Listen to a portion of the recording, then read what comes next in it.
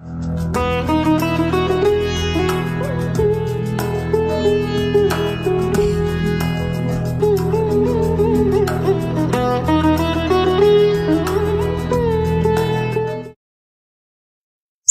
ఉమాదేవి సమర్పించు నవపారిజాతాలు.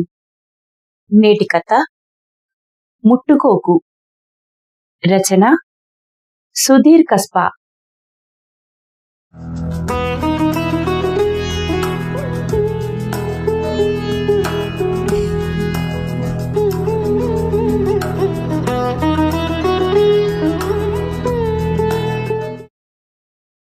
చదవేస్తే ఉన్నమతి పోయిందంట. పిచ్చి అనుమానాలతో పిల్లల బుర్రలు పాడు చేస్తే ఇలానే ఉంటుంది మరి. నా కొడుకు కష్టమంతా బూడిదలో పోసేశావు. నీ అతి తెలివి తగలయ్యా. మా అత్తగారు ఆ రోజు నా మనసులో గుచ్చిన ఆ ముళ్ళు ఇంకా పచ్చిగానే ఉంది. అసలు మగపిల్లాన్ని పెంచే విధానం ఇదేనా? మగపిల్లాడంటే పులిబిడ్డలా ఉండాలి, పిరుగ్గొడ్డులా కాదు. గుచ్చిన ముళ్ళునే ఇంకా లోనికి దించుతూ అటూ ఇటూ తిప్పితే ఎలా ఉంటుందో అలా ఉంది నాకిప్పుడు. మారుతున్న కాలంతో పాటు వంకర్లు పోతున్న మనుషుల మెదళ్ల గురించి, ఆ వంకర్ల నుండి పుట్టే వికృత కృత్యాల గురించి ఆవిడకి వివరించి చెప్పే ధైర్యం నాకు లేదు. అర్థం చేసుకునే పెద్ద మనసు ఆవిడకీ లేదు. నాలాంటి పిరికి కోడల్లో ఉన్నాం ఈ రోజుల్లో కూడా. భయభక్తులతో నేను, ఆధిపత్యంతో అత్తగారు, కెరీర్లో పడుతులేస్తూ మా ఆయన. నిస్సారంగా సాగిస్తున్న మా జీవితాల్లోకి ఆ సంఘటన ఓ తుఫాన్లా వచ్చి వెళ్ళినా అది వదిలి వెళ్లిన గుర్తులు ఎప్పటికీ చెరిగిపోవు. 10 ఏళ్లు కష్టపడ్డా దక్కని ఫలితం ఒక్క విందు దౌత్యం ద్వారా దక్కుతుందంటే వెనకాడతామా? ఉదయం 4:30కే లేచి 2 రకాల టిఫిన్లు, వాటికి 2 చట్నీలు, సాంబారు, మధ్యాహ్నం లంచ్ కోసం కొర్రమీను పులుసు, టైగర్ రొయ్యల వేపుడు, నాటుకోడి ఇగురు, మటన్ బిర్యానీ, వాటికి తోడు శాకపాకాలు కూడా ఉండాలిగా అన్నట్టు ఆలూ ఫ్రై, టమాటా పప్పు, రసం, అప్పడాలు, పెరుగు. ఇవన్నీ చాలవన్నట్టు చక్కెర పొంగలి, అరటిపండు, ఐస్ క్రీం. బడా గెస్ట్ కోసం భారీ మెనూ సిద్ధం చేసుకుని వంట పూర్తి చేసి మొహాన కాసిని నీళ్లు జల్లుకుని ముస్తాబై నవ్వు సింగారించుకొని కూర్చున్నా.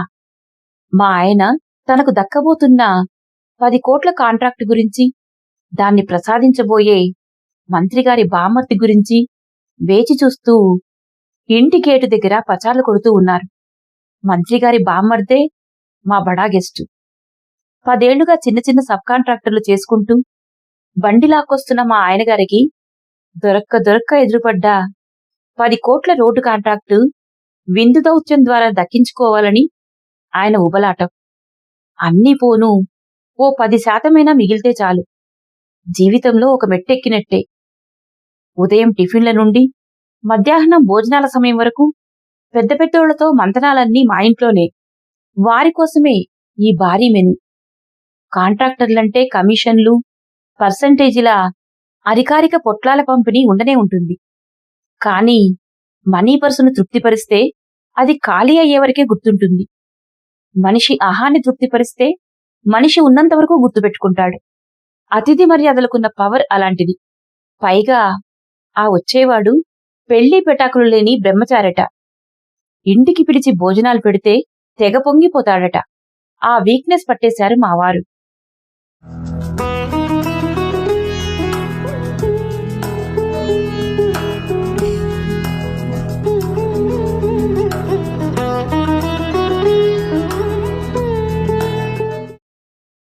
గంటసేపు వెయిటింగ్ తర్వాత పెద్ద పడవలాంటి కారులో దిగాడు బామ్మర్ది. మాసిన తెలుపు నలుపుల గెడ్డం, లోపలికెళ్లిన సీసాల కొద్దీ మద్యాన్ని మోయలేక ఊరిపోయి వేలాడుతున్నట్టున్న పొట్ట, మెడలో కట్లపాములాంటి బంగారపు గొలుసు, చేతికి బ్రేస్లెట్టు, బొటనవేళ్లు తప్ప మిగతా 8 వేళ్లకు 8 ఉంగరాలు ధరించిన ఆ భారీ ఆకారం ఊగుతూ మా ఇంట్లోకి చొరబడింది. సాదర స్వాగతాలతో మా సోఫా సెట్లో కుర్చీలు ఈయనకు సరిపోతాయా అన్న అనుమానం గుండెను గుంజేసింది కాసేపు. ఇంతా చేసి ఇలాంటి చోట అబాసుపాలైపోతే ఎలా? పర్లేదు, కుదురుకొని సర్దుకున్నాడు. ఈ మంత్రుల తమ్ముళ్ళు, బామ్మర్తులు ఏదో ఇలానే ఉండాలని రూల్ పెట్టుకుంటారో ఏంటో. అచ్చం సినిమాలో చూపించినట్టు ఉన్నాడు. టిఫిన్లకు కూర్చున్నారు. పక్కనే నిలబడి అతి వినయం ప్రదర్శిస్తూ వడ్డిస్తున్నాను. ఆ పక్కగా ఆడుకుంటున్న మా 5 ఏళ్ల చింటుగాడు పరిగెత్తుకుంటూ వచ్చి బంతి తీసుకున్నాడు. అతడు ముచ్చటగా చూసి నవ్వాడు. గంభీరమైన ముఖానికి నవ్వు కూడా వచ్చా అనిపించింది. టిఫిన్లు పూర్తయి భారీ ఆకారాన్ని మళ్లీ సోఫాకు తరలించి ప్రాజెక్టుకు సంబంధించిన ఫైల్ ఏదో తెమ్మని ఆయన్ని లోపలికి పంపాడు. టిఫిన్ తర్వాత నాకు జ్యూస్ అలవాటు. తీసుకొస్తారా? ఆర్డర్ వేసి నన్ను వంటగదిలోకి పరిగెత్తించాడు. అతడు చింటూగాడనెత్తుకుని బుగ్గలు నిమరడం నేను కిచెన్లోకి వెళ్తుండగా నా కంటపడ్డ ఆఖరి దృశ్యం. అంతే, 2 నిమిషాల తర్వాత bad uncle, bad touch, bad uncle, bad touch. చింటూగాడి అరుపులకు గుండె జలధరించినట్టయింది. పరిగెత్తుకొని హాల్లోకి వచ్చి చూశాను. చింటూను విదిలించి కింద పడేసి కోపంగా చూస్తూ ఇంటి బయటకు తన భారీ కాయాన్ని జరజరా లాక్కుంటూ పోతున్నాడు. మా ఆయన బెడ్రూంలో నుంచి బయటకొచ్చి ఫైల్ పట్టుకుని నిలబడి హతాశుడై చూస్తున్నాడు. బయటకు పోతున్న అతడి వెంట సార్ సార్ సారీ సార్ అంటూ పరిగెత్తాడు. అతడి కారు మా ఆయన్ని పట్టించుకోలేదు. చింటూని దగ్గరికి తీసుకుని హత్తుకుని కూర్చున్నాను. అసలేమైంది చింటూ? అనునయిస్తూ అడిగాను. ఏమైందేంటి? వాణ్ణెత్తుకుని కాస్త ముద్దు చేశాడాయన. అంతే, నేనిక్కడే ఉన్నానుగా. గయ్యిమంది మా అత్తగారు. ఊరికే వాడు బ్యాడ్ టచ్ అని ఎందుకు అరుస్తాడు? వాడికి బ్యాడ్ టచ్ అంటే ఏమిటో వివరించి చెప్పానుగా ఎప్పుడో. అంటే వచ్చిన విధవా ఏమైనా ఆగాయత్యం? తలుచుకుంటేనే వెన్నులో వణుకొచ్చేసింది. వివరంగా చింటూని అడగాలనుకున్నా. ఆవిడ ముందు నా గొంతు పెగల్లేదు. పక్క గదిలో కూర్చొని సాయికోటి రాసుకుంటున్న ఈవిడ హాల్లోకి ఎప్పుడు చూసిందని వాడికి వత్తాసు పలుకుతోంది? నా బుర్రకేమీ తోచలేదు. మొత్తం నాశనమైంది. చా! ఇంట్లోకి వస్తూనే చేతిలో ఫైల్ని విసిరికొట్టాడు మా ఆయన. కాగితాలన్నీ చెల్లా చెదురుగా ఎగిరిపడ్డాయి. పిచ్చెక్కినట్టుగా అరవటం మొదలుపెట్టాడు. పిల్లోడికి ఏమైందో అనే ఆదుర్దా కూడా లేకుండా కాంటాక్ట్ పోయిందనే బాధపడటం నాకు ఆశ్చర్యమే కాదు, అసహ్యం కూడా వేసింది. ముడిపడ్డ నా నొసటిని, మా వారి వైపు చీదరింపుతో కూడిన నా చూపుని కూడా భరించలేకపోయింది మా అత్తగారు. చదివేస్తే ఉన్నమతి పోయిందట. పిచ్చి అనుమానాలతో పిల్లల బుర్రలు పాడు చేస్తే ఇలానే ఉంటుంది మరి. నా కొడుకు కష్టమంతా బూడిదలో పోసేశావు. నీ అతి తెలివి తగలయ్యా. అసలు మగపిల్లాడిని పెంచే విధానం ఇదేనా?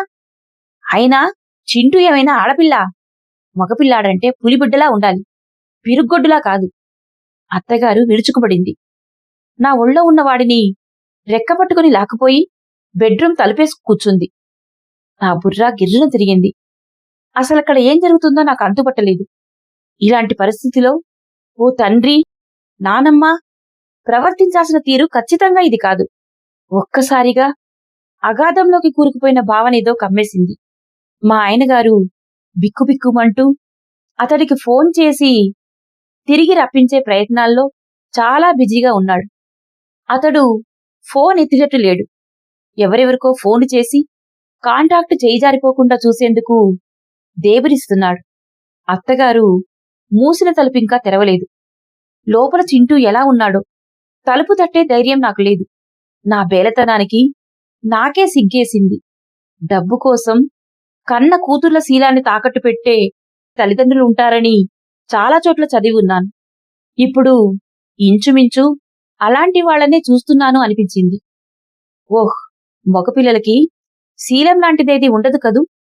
మరిప్పుడు తాకట్టు పెట్టిన దాన్నేమంటారో? నా తడికళ్ళు నిస్సహాయంగా తలుపుకేసి చూస్తుండిపోయాయి.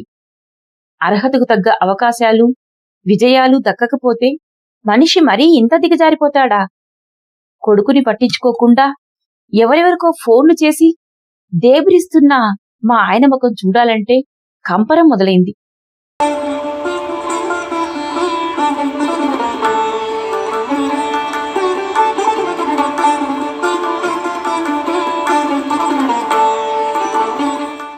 మూడు గంటలు గడిచాయి.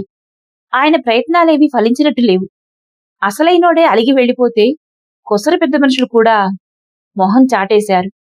కాంట్రాక్టు గాలిలో కలిసినట్టే. సమయం గడుస్తున్న కొద్దీ రక్తపోటు పెరిగి ఆయన మొహం వికృతంగా కొంకర్లు పోతుంది. ఇంకాసేపైతే కిందపడి గిలగిలా కొట్టుకునేవాడే. గేటు బయట కారు శబ్దం విని దిగ్గున లేచాడు. పరిగెత్తుకు వెళ్లి అతడి చేతులు పిసుకుతూ సారీలు చెప్పుకుంటూ లోపలికి తీసుకొచ్చాడు. వాడి మొహంలో ఇందాకటి గాంభీర్యం ఇప్పుడు లేదు, పాలిపోయింది. ఫీడోఫిల్ చిన్నపిల్లలపై కామవాంఛలను పెంచుకునే వెధవలను అలానే పిలుస్తారట. ఎక్కడో చదివిన గుర్తు. వీడు అందుకే పెళ్లి పెటాకులు లేకుండా ఆంబోతులా తిరుగుతున్నాడన్నమాట. వాణ్ణి చూస్తూనే నా నరాలు పొంగాయి. చికెన్ను మటన్ను కోసిన కత్తితోనే వాడి పీక కోసేయాలన్నంత కసి. బాగా ఆలస్యమైపోయింది. సార్గారు వచ్చేశారు కదా, భోజనం వడ్డించు, ఆయన గారి ఆర్డరు. కారు శబ్దం వింటూనే బెడ్రూమ్ తలుపు తెరుచుకుంటూ బయటికి వచ్చింది మా అత్తగారు. వస్తూనే వంగి వంగి దండాలెట్టేసింది. చింటూ లోపల పడుకున్నట్టున్నాడు. ఏ చప్పుడూ లేదు. ఏంటి చూస్తున్నావు, వడ్డించు, అత్తగారి హుకుం జారీ అయింది. నాలోని దద్దమ్మ కోడలు తలవంచేసింది. వచ్చినోడు ఎంత ఎదవైనా, ఎంతటి ఘాతుకాని కొడిగట్టినా, వాణ్ణి చూస్తేనే మన ఒంట్లో రక్తం సలసలా కాగుతున్నా మర్యాదలకు మాత్రం లోటు రానివ్వకూడదు. దద్దమ్మ కోడళ్ల రూల్ బుక్లో మొదటి రూల్ ఇదే కావచ్చు. మటన్ బొయ్కల్లో మజ్జను కూడా జుర్రుకుంటూ మెక్కుతున్న ఆ కుక్కను చూస్తే ఒళ్లంతా కంపరమేసింది. పక్కనే జీ హుజూర్ అంటూ నిల్చున్న మా వాళ్లను చూస్తే అంతకంటే జుగుప్సగా ఉంది. మీరు బాగా చదువుకున్నవారలా ఉన్నారే, నాకేసి చూస్తూ అడిగాడు ఆ కుక్క. వాడికి జవాబిచ్చే స్థితిలో నేను లేను. చాలాసేపటి నుండి పంటి బిగువన అదిమిపట్టిన కోపం కట్టలు తెంచుకోవటం నాకిష్టం లేదు. దద్దమ్మల రూల్ పుస్తకంలో ఇది మరో రూల్. ఏదో చదివిందిలేండి. ఈ కాలపు ఆడపిల్లల చదువులు ఉద్యోగాలకి చాలవు, ఇల్లు చక్కబెట్టడానికి పనికిరావు. వెకిలి కామెంట్ విసిరింది అత్త. అతడు పట్టించుకోలేదు. ఏమ్మా, బ్యాడ్ టచ్ గురించి పిల్లలకు చెప్పడం తెలిసింది సరే, మరి ఆ తర్వాత పిల్లాడిని జరిగిన విషయం గురించి వాకప్ చేశావా తల్లి? గతుక్కుమన్నాను. అతడు ఎగతాళి చేస్తున్నాడో సవాలు చేస్తున్నాడో అర్థం కాలేదు. బెడ్రూం వైపు, అత్తగారి వైపు మార్చి మార్చి చూశాను. పోవే, పోయి వాణ్ణి తీసుకురా అన్నట్టు కళ్లతోనే సైగ చేసింది ఆవిడ. పరిగెత్తుకు లోనికి వెళ్లాను. చింటుగాడిని గుండెలకు హత్తుకుని బుజ్జగిస్తూ ఆరా తీశాను. 4 గంటల మానసిక క్షోభ తర్వాత గుండెలపై నుండి టన్ను బరువు దించినట్టయింది.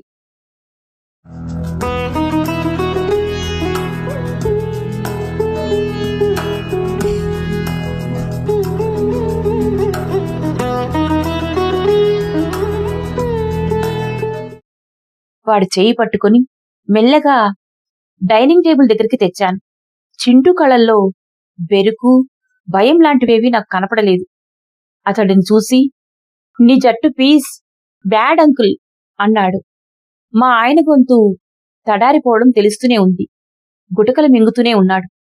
తప్పు, అలా అనకూడదు చింటూ. చింటూ చేయి పట్టుకుని లాగి చిన్నగా కదుపుతూ గయ్యమన్నాడు మా ఆయన. ఈ అంకుల్ నాతో ఫైటింగ్ చేస్తూ నా సీటు పైన గిచ్చేశాడు, బుంగమూతి పెట్టి చెప్పాడు బుజ్జాయి చింటూ. మా ఆయనగారు, అత్తగారు తెచ్చిపెట్టుకున్న నవ్వుతో బిగ్గరగా నవ్వేసి, తప్పు నాన్న, అంకుల్ సరదాగా చేశారు, బ్యాడ్ అంకుల్ అనకూడదు అని చింటూతో బలవంతంగా సారీ కూడా చెప్పించేశారు. చింటూ చెప్పిన విషయాలను నమ్మాలనే అనిపించింది. ఊహించినట్టుగా ఏ ఘోరమూ జరగలేదని తెలిసాక తేలిగ్గా ఊపిరి పీల్చుకున్నాను. పూర్తిగా తెలుసుకోకుండా ఈ విషయం బయటికెళ్తే నా పరువేం కాను? నవ్వుతూనే చురక వేశాడతను. ఈ మాత్రం దానికే ఇంత రాద్ధాంతం చేశావా అన్నట్టు కింది నుండి పై వరకు కొరకొరా చూసింది అత్తగారు. అతణ్ణి అనవసరంగా అనుమానించినందుకు, అడ్డమైన పుస్తకాలు చదివేసి అనవసర భయాలతో బ్యాడ్ టచ్, గుడ్ టచ్ అంటూ పిల్లల మనసులు పాడు చేసినందుకు నాలో నేనే కుంచుకుపోయేలా చేసిన చూపు అది. చక్కెర పొంగలి చాలా బాగుంది. మా అమ్మ గుర్తుకొచ్చింది. చేతి వేళ్లను చప్పరిస్తూ చెప్పాడతను. జరిగిన దాన్ని మనసులో పెట్టుకోకుండా ఎంత బాగా మాట్లాడుతున్నాడో అన్నట్టు మొహాలు పెట్టి మురిసిపోయారు మా వాళ్ళిద్దరు. అతడి మంచితనపు ప్రదర్శన పెరిగే కొద్దీ నా వైపు కొరకొరా చూపులు ఎక్కువయ్యాయి. మా అమ్మ మీకంటే వంట బాగా చేసేది, కాని మీకున్న తెలివితేటలు ఆవిడకుండి ఉంటే నా జీవితం వేరేలా ఉండేది. అతడి మాటలు అర్థం కాక మొహాలు చూసుకున్నాం. బ్యాడ్ టచ్ అంటే ఏంటో నాకు చిన్నప్పుడే తెలుసు. మా అమ్మ చెప్పలేదు, మా మామయ్య తెలియజెప్పాడు చేతులతో. నేను జరిగింది చెప్పినా మా అమ్మ నమ్మలేదు. ఆమెది సొంత తమ్ముడిపై ప్రేమో లేక అసలు అలాంటి వెధవ బుద్ధుల గురించి తెలియనితనమో. అమ్మ కూడా నన్ను నమ్మటం లేదనే వేదన ఆమె నమ్మకపోయేసరికి ఇంకా ఎక్కువైన మా మామయ్య వేధింపులు. ఆ రోజులు చాలా భయంకరంగా ఉండేవి. కలల్లో కూడా వెంటాడే భయం. బాల్యమంతా ఆ భయంతోనే గడిచిపోయింది. సరిగ్గా చదువు వంటబట్టలేదు. కొత్త వాళ్లతో మాట్లాడాలంటే భయం.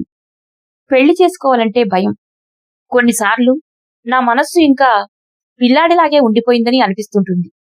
అల్లకల్లోలంగా ఉండే మనసును శాంతింపచేయటానికి తాగుడు అలవాటు చేసుకున్నా. ఫలితం లేదు. సైకాలజిస్టుల చుట్టూ తిరిగా. మొత్తానికి ఆ కూపంలోంచి బయటపడేసరికి 47 ఏళ్లు దాటిపోయాయి. ఇప్పుడు ఓ కుటుంబం కావాలనిపిస్తుంది. కానీ ఇలాగే అలవాటైపోయింది. అందుకే ఎవరైనా ఇంటికి పిలిచి భోజనం పెడితే కాదనకుండా వాలిపోతా. పిల్లలతో ఆడుకుంటూ ఉంటే ఏదో తెలియని ఆనందం. కానీ చింటూ అలా అరిచేసరికి నాకు గతం మొత్తం కెలికినట్టయింది. ఏమీ అనుకోకండి. సారీ చింటూ. సారీ నాన్నా. ఈసారి బాగా ఫైట్ చేద్దాం. No cheating. అమ్మా, మా అమ్మ కూడా మీలాగా ఉండి ఉంటే నా జీవితం ఇలా ఉండేది కాదు. అంతటి భారీ మనిషి కంటి నుండి కన్నీరు మాత్రం అతి తేలికగా జారిపోయింది.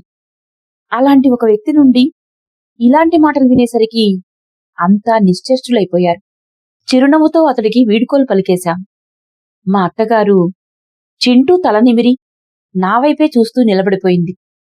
అంతకు ముందున్న కరకుచూపు కాదది. మా ఆయన దగ్గరుండి కార్ డోరు మూసి మరీ ఆయన్ని సాగనంపి లోపలికొచ్చి మురిపెంగా ప్రాజెక్టు ఫైల్ను చూసుకుని నవ్వుకుంటున్నాడు. నేను కూడా హాయిగా ఊపిరి తీసుకున్నాను. కాని గుండెల్లో ఏదో గుచ్చుతున్నట్టు, గుండెగోడకి ఏదో బీటలు పడ్డట్టు అనిపించింది. గట్టిగా ఊపిరి తీసుకున్నాను. బీటలు పడాల్సింది, బద్దలవ్వాల్సింది నా గుండె కాదు, నా దద్దమ్మతనం. అర్థమైంది నాకు.